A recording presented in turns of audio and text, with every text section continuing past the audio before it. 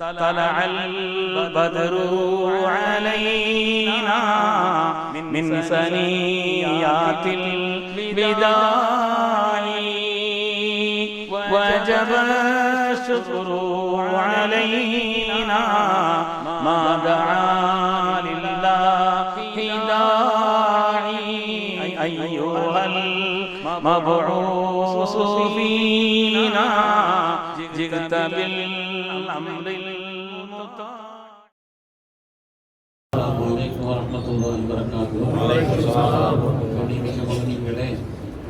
இன்று ஓதப்பட்ட சூரத்து தாஹா, அல்லாஹு தஆலா உலகத்தை எல்லாம் படைப்பது வான்மண்டலங்களிலே மனிதர்களை படைப்பதற்கு முன்னாலே வானவர்களிடத்தில் அல்லாஹு தஆலா இந்த சூரத்து தாஹாவையும் சூரை யாசீனையும் அல்லாஹ் ஓதி காண்பித்தான் என்று வருகிறார்.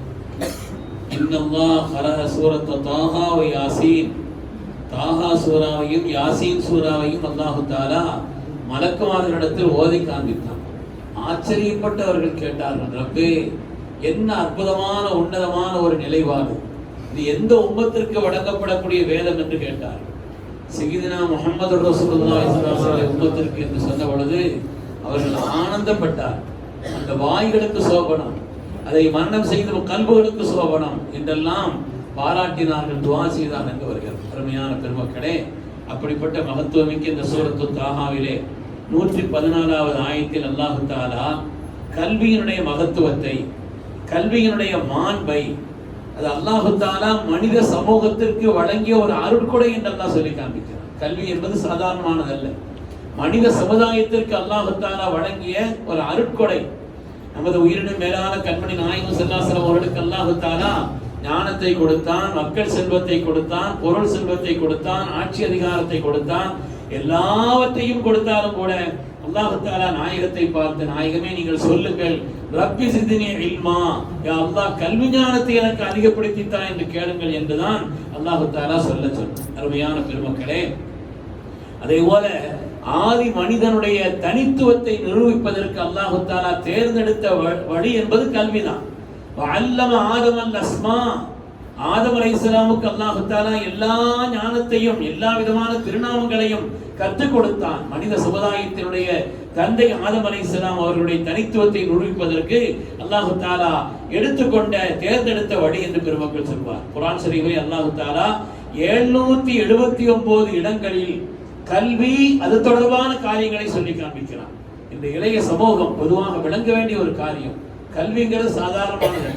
கல்விதான் மனிதனுடைய கண்ணியம், கல்விதான் மனிதனுடைய அதிகாரம், கல்விதான் மனிதனுடைய மேன்மை.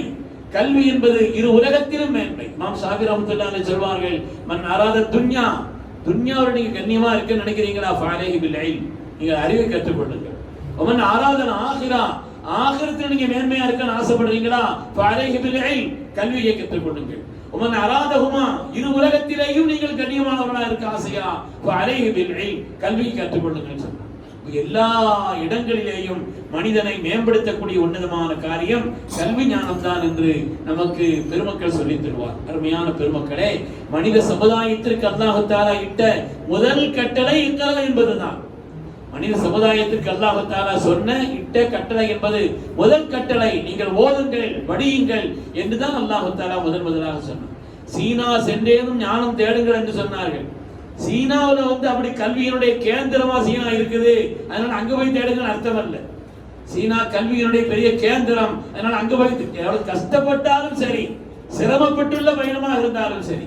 என்னுடைய ஆசிரியர் பெருந்தகை அல்லாமா பிஎஸ்பி ஸைனுலாபிதீன் ஹஜ்ரத் அவர்கள் நபருல்லாஹு மர்கதஹு ஹஜ்ரத் அவர்கள் சொல்லி காண்பிப்பார்கள், வலவ் பிஸ்ஸீன், சீன் என்ற வார்த்தைக்கு சிங்கத்தினுடைய நெத்தி என்ற ஒரு அர்த்தம் கூட இருக்குதுன்னு சொல்லுவாங்க.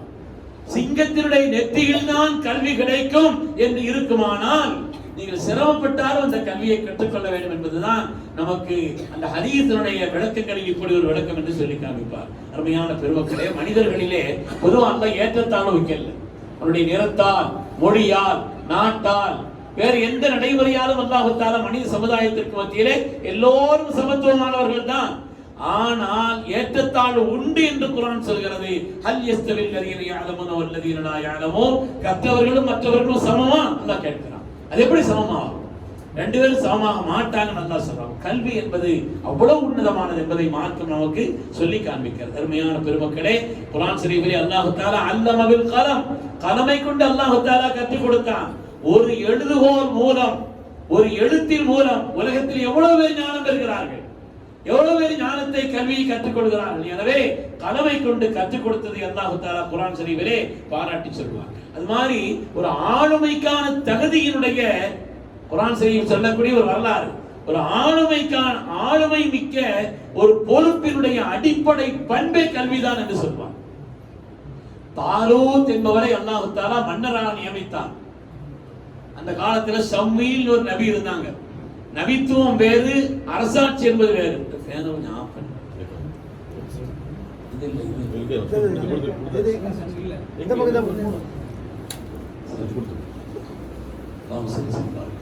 ஷம்மீல் ஒரு நபி இருந்தாங்க.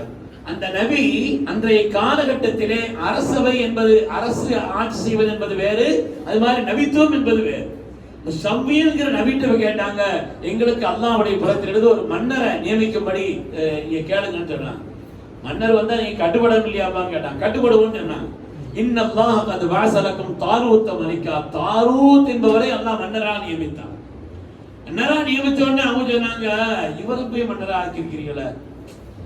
சில பேருடைய அந்தஸ்து என்ன நமக்கு தெரியாது இல்லையா. நம்ம எங்களுடைய ஆசிரியர் பெருந்தகை அசர்த்தவங்க சொல்லுவாங்க, வஹாக்க ஆதமி, வடநாட்டில் உள்ளவங்க எல்லாம் வஹாக்க ஆதமி சாதா சீதா கபி கஸாலி சமஜ்தாவே, அங்க உள்ள ஆட்கள்லாம் சாதாரண ஆட்களையும் இவர் இன்னைக்கு உலகத்தில் உள்ள கஸாலின்னு சொல்லுவாங்க. இங்க தென்பகுதிக்கு வந்தாச்சுன்னா கஸாலியே வந்தாலும் நம்ம கஸாலி தானே சொல்லுவாங்க. கஸாலி மாமே வந்தாலும் கூட நம்ம கஸாலி தானே சொல்லுவாங்கன்னு சொல்லுவாங்க. அது மாதிரி அன்றைய காலகட்டத்தில் அப்படி நியமிக்கப்பட்ட உடனே இவரை போய் அரசராக்கி நினைக்கிறேன்னு கேட்டாங்க. அல்லாஹ் சொன்னான், அவர் அரசருக்கான ஆளுமை பண்பு இருக்கிறது. அதற்கு ரெண்டு காரணத்தை அல்லாஹ் சொன்னான். வஸாதஹு பஸ்ததன் ஃபில் இல்மி வல் ஜிஸ்ம், அவருக்கு அல்லாஹ் தஆலா அறிவு ஞானத்தை கொடுத்திருக்கிறான் என்றுதான் முதலாவது சொன்னான். அது மாதிரி ஆரோக்கியம், அதை நிலைநிறுத்துவதற்கான உடல் வலிமையும் உள்ள வலிமையும் அவருக்கு உண்டு என்பதையும் அல்லாஹ் சொன்னான். நீங்க நம்பணுமானா வான்மண்டலத்திலிருந்து ஒரு தாபூத் என்ற பரக்கத்தான ஒரு பெட்டியை மலக்குமார்கள் சுமந்து கொண்டு வந்து அவரிடத்தில் வேண்டுமானால் கொடுக்கட்டுமா, அப்படி கொடுத்தாலும் நம்புவீங்களான்னு சொல்லி கேட்ட பிறகு அப்படி கொண்டு கொடுத்தாங்க. அதுக்கு பிறகு ஏத்துக்கிட்டாங்கன்னு வரலாறு. ஒரு ஆளுமை பண்புக்குண்டான அடிப்படையாக அல்லாஹ் தஆலா கல்வியை சொல்லி காட்டுவதை குர்ஆன் நமக்கு சொல்லி காண்பிக்கிறது. அதாவது இன்னைக்கு கல்விங்கிறது தேவைதான், எந்த உயர்வுகளையும் படிக்கலாம். ஆனா மார்க்கத்தினுடைய அடிப்படை இல்லாமல் அந்த கல்விங்கிறது இருக்குது. இன்னைக்கு அதுக்கு பிறகு பார்த்தா ஹலால் ஹராம் தெரியல. காலமெல்லாம் கிறிஸ்துவ கல்லூரிகள்லயே படிச்சுட்டு இருக்கிற காரணத்தினால எடுத்திருக்கும் பொழுது ஏசப்பா ஏசப்பாங்கிறான். இவனுடைய நிலைப்பாடுகள்ல அதனுடைய நிலைப்பாடு இவனையும் அறியாமல் அப்படிப்பட்ட ஒரு தவறான நிலைப்பாட்டை உண்டாக்கக்கூடிய ஒரு தன்மை அல்லவா இருக்கிறது. அதனால எந்த கல்வியிலே துறையிலே மேம்படலாம், தப்பில்லை. ஆனால் ஹலால் ஹராமை பிரித்தறியக்கூடிய, மார்க்க ஞானத்தை விளங்கிய, மார்க்கத்தினுடைய அடிப்படைகளை தகர்த்து விடாத அந்த விஷயத்தோடு சேர்ந்து இருக்கிறது. நல்லா படிச்சிருக்கிறாங்க, பெரிய பெரிய டாக்டர்லாம் இருக்கிறாங்க, ரெண்டு பேரும் என்ன செய்யறாங்க, ஒரே இடத்துல உட்கார்ந்தா எல்லாத்தையும் படிச்சாங்க. கல்யாணம் முடிஞ்ச ஒரு மாசத்துல ரெண்டு பேருக்கு மத்தியில பிரச்சனை வந்தது. ரெண்டு பேருக்கு மத்தியில் ஏன்னா அந்த அடிப்படை என்ன, சரியத்தினுடைய நிலை என்ன என்பதை ஒருவர் மற்றவருக்கு செய்ய வேண்டிய கடமை என்னங்கிறத தெரியாத ஒரு நிலை தான். அருமையான பெருமக்களே, அதனால கல்வி என்பது உன்னதமானது. எந்த துறை சார்ந்த கல்வியையும் குர்ஆன் பாராட்டத்தான் செய்கிறது, எல்லா துறை சார்ந்த கல்வியையும். ஆனால் அது அல்லாஹ்வுடைய நினைவோடு இருக்க வேண்டும், மார்க்கத்தினுடைய அடிப்படை தவறாமல் இருக்க வேண்டும் என்பதையும் நமக்கு சொல்லி காண்பிக்கிறது. கல்வியாளர்களுக்கு உலகம் பணியும். அல்லாஹ் தஆலா எல்லா மலக்குமார்களையும் ஆதம் அலைஹிஸ்ஸலாம் சுஜூத் செய்ய சொன்னான் இல்லையா, வஸ்ஜுது லி ஆதம். என்ன கல்வியாளர்களுக்கு உலகம் பணியும், பணிய வேண்டும் என்பதை அல்லாஹ் சொல்கிறான். அது மாதிரி கல்வியாளர்களுக்கு சில கட்டுப்பாடு இருக்கு, எல்லாரும் மாதிரி அவர் இருக்க முடியாது. மரத்துக்கிட்ட எல்லாம் போக கூடாதுன்னு சொன்னா, வலா தக்ரபா ஹாதிஹி ஷஜரா, இந்த மரத்துக்கிட்ட போக கூடாதுங்கிறது இல்ல. கல்வியாளர்கள் என்றால் அவர்களுக்கு சில விதமான கட்டுப்பாடுகள் இருக்கிறது என்பதை நமக்கு உணர்த்தி காண்பிக்கிறது. அது மாதிரி சிறந்த கல்வி ஞானம் பெற்றால் அவர்களுக்கு சிறப்பான வாழ்க்கை உண்டு என்பதையும், உஸ்குன் அன்த வ ஸௌஜுகல் ஜன்னா, சொர்க்கத்தில் அல்லாஹ் தஆலா குடியமர்த்தியது உன்னதமான வாழ்க்கையின் அடையாளம் என்று சொல்வார். சுவையான பெருமக்களே, அதனால கல்வியை தேடிக்கிட்டே இருக்கணும். அன்னைக்கு ஒரு செய்தி படித்தேன். குவைத் நாட்டில் தாரிக் ஜுபைதான் ஒரு பெண்மணி. குவைத் நாட்டில் தாரிக் ஜுபைதான் சிறந்த பெண் பேச்சாளர், நல்ல எழுத்தாளரும், நல்ல எழுத்தாளரும். அதாவது இந்த 2023 24வது ஆண்டுகளிலே உலகத்தின் செல்வாக்கு மிக்க 5 அறிஞர்களில் ஒருவராக அவர் தேர்ந்தெடுக்கப்பட்டிருக்கிறார். உலகத்தினுடைய செல்வாக்கு மிக்க 5 அறிஞர்களில் ஒருவராக அவர் நிறைய நூல்கள் எழுதியிருக்கிறார். அந்த நூலிலும் இருக்கிறது நான் சொல்ல போற செய்தி. நானும் ஏற்கனவே உஸ்தாது பிறந்தவர்கள் எல்லாம் ஷபீர் நேசத் அவர்கள் சொல்ல நான் கேட்டிருக்கிறேன். ஹயாத்து அபி ஹனீஃபா, இமாம் அபூ ஹனீஃபா ரஹ்மத்துல்லாஹி வரலாறு என்று அந்த பெண்மணி அந்த மார்க்க மேதை ஒரு நூல் எழுதியிருக்கிறார். அதுல அதற்கு இமாம் அபூ ஹனீஃபா ரஹ்மத்துல்லாஹி அவர்களுக்கு ஒரு சின்ன செய்தி, இது கல்வி தொடர்பானது என்பதல்ல, பொதுவாக ஒரு படித்ததில் நல்ல செய்தி என்ற அடிப்படையில் இமாம் அபூ ஹனீஃபா ரஹ்மத்துல்லாஹி சொல்றாங்க, 3 பெண்கள் என்னுடைய வாழ்க்கையிலேயே மாற்றத்தை உண்டாக்கிட்டாங்க. சில பேருடைய வாழ்க்கையில சில நிகழ்வுகள் தான் மாற்றத்தை, திருப்பத்தை, வாழ்க்கையினுடைய போங்கையை மாத்திரும். ஒவ்வொரு மனிதனுடைய வாழ்க்கையில ஏதாவது ஒரு சில சம்பவங்கள் இருக்கும், வாழ்க்கையினுடைய போங்கையை மாத்திரும்.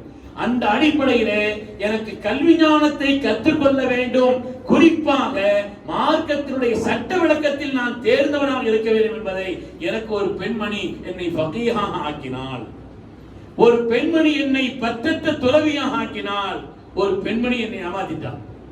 3 பெண்மணிகளை வாழ்க்கையில் நான் சந்தித்தேன். ஒரு பெண்மணி எனக்கு மோசடி பண்ணிட்டா.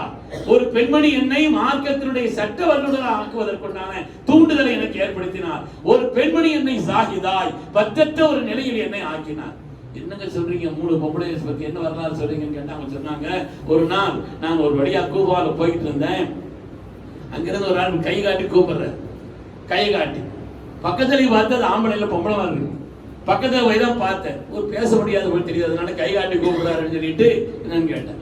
அந்த அம்மா அங்கே ஒரு பொருள் அப்படி கை காட்டுச்சு, அப்படின்னு ஒரு பொருளை கை காட்டுச்சு. பேச முடியாத போல் தெரியுதுன்னு நினைச்சிட்டு நான் அந்த பொருளை எடுத்தேன். எடுத்த உடனே அந்த அம்மா சொல்லுச்சு, இது லுக்குத்தத், கீழே கிடந்து எடுக்கப்படக்கூடிய இது விழுபொருள். மார்க்கத்தில் இருக்குன்னு ஒரு சட்டம் இருக்குது, உங்களுக்கு அந்த சட்டம் தெரியும். இந்த விடுபொருள் எங்காவது ஒரு பொருள் கிடைச்சிச்சுன்னு சொன்னா உரியவர் கிடைச்சாச்சுன்னா உரியவற்றை கொடுத்துடணும். விலை மதிப்புள்ள அந்த பொருள் உரிய ஆட்கள் கிடைக்கலன்னா மக்கள் கூடும் இடத்திலே ஒரு 3 தடவை அதை பற்றிய பொது அறிவிப்பு செய்ய வேண்டும். ஒரு வருடத்திற்கு கிட்டத்தட்ட அறிவிப்பு செய்யணும். அப்படி அறிவிப்பு செய்ய வரலன்னா அப்புறம் நீங்க வச்சுக்கலாம், நீங்க பயன்படுத்திக்கலாம். எந்த ஒரு நிலையில் உபத்தத்துக்கு எடுக்கப்படக்கூடிய விடுபொருளுக்குண்டான சட்டம் இருக்குது. அந்த அம்மா அந்த பொருளை காட்டுனதுனால 1 வருஷம் இதை நான் தூக்கிட்டு அடைஞ்சேன்னு சொல்றாங்க. என்ன அந்த அம்மா என்ன செய்யுச்சு, பேசாத மாதிரி இது பண்ணி என்ன கையை கூப்பிட்டு இசாரா செய்து ஒரு விதத்தில் மோசடி செய்யப்பட்டதுவோ நான் கருதினேன்னு சொன்னான். இது ஒரு பொம்பளைன்னா இன்னொரு பொம்பளை ஃபகீஹா ஆக வேண்டும், மார்க்கத்தின் சட்ட வல்லுநராக ஆக வேண்டும் என்பதை எனக்கு ஆர்வமூட்டிய ஒரு பெண்மணி. என்ன ஒரு பெண்மணி அவருடைய தொடக்க சம்பந்தப்பட்ட இந்த ஹைதுன்னு சொல்றாங்க இல்லையா, மாதவிலக்கு சம்பந்தப்பட்ட ஒரு கேள்வியை என்கிட்ட கேட்டேன். ஆனா எனக்கு தெரியாது. ஒரு பெண்மணி எல்லோருக்கும் முன்னிலையிலே மார்க்க சட்டம் சம்பந்தப்பட்ட இப்படிப்பட்ட ஒரு ஹைது தொடர்பான மாத விளக்கு சம்பந்தப்பட்ட ஒரு விஷயத்தை கேட்கும் பொழுது எனக்கு தெரியலன்னு சொல்லிட்டேன். ஆனால் இப்படிப்பட்டவர்களுக்கும் கூட எந்த விஷயங்களையும் சொல்லிக் கொடுக்கக்கூடிய அந்த ஆற்றலை நாம் உருவாக்கி கொள்ள வேண்டாமா என்று அதற்கு பிறகு ஃபிக்ஹிலே அந்த சட்டக்கலையிலே நான் மிக தேர்ச்சி பெற்றவனாக ஆனேன். ஆனது காரணம் ஒரு அம்மா தான். 3வது என்னை பற்றற்றவனாக ஆக்கியது அது ஒரு அம்மா தான். 2 பேரும் பொம்பளை ஒரு இடத்துல பேசிக்கிட்டு இருந்தாங்க. போறாரு தெரியுமா, இது யார் தெரியுமா, இமாம் இல்லாத அபூ ஹனீஃபா யார் தெரியுமா, இப்படி தூங்க மாட்டார், இப்படி ஊரா என்ன செய்வார், இபாதத் செய்வார், இஷாவுக்கு செய்த உதவு கொண்டு சுபஹ் தொழுவார். நான் அதுவரை அப்படிலாம் இல்லை. நான் அதுவரை அப்படிலாம் இஷாவுக்கு செய்த உதவு கொண்டு சுபஹ் தொழுகிற நிலையில் உள்ள ஆள் அல்ல நான். ஆனால் என்னை பற்றி உலகம் இப்படிப்பட்ட ஒரு நிலையில் அல்லவா கருதுகிறது, என்னிடத்தில் இல்லாத ஒரு தன்மை அல்லவா சொல்கிறார்கள்.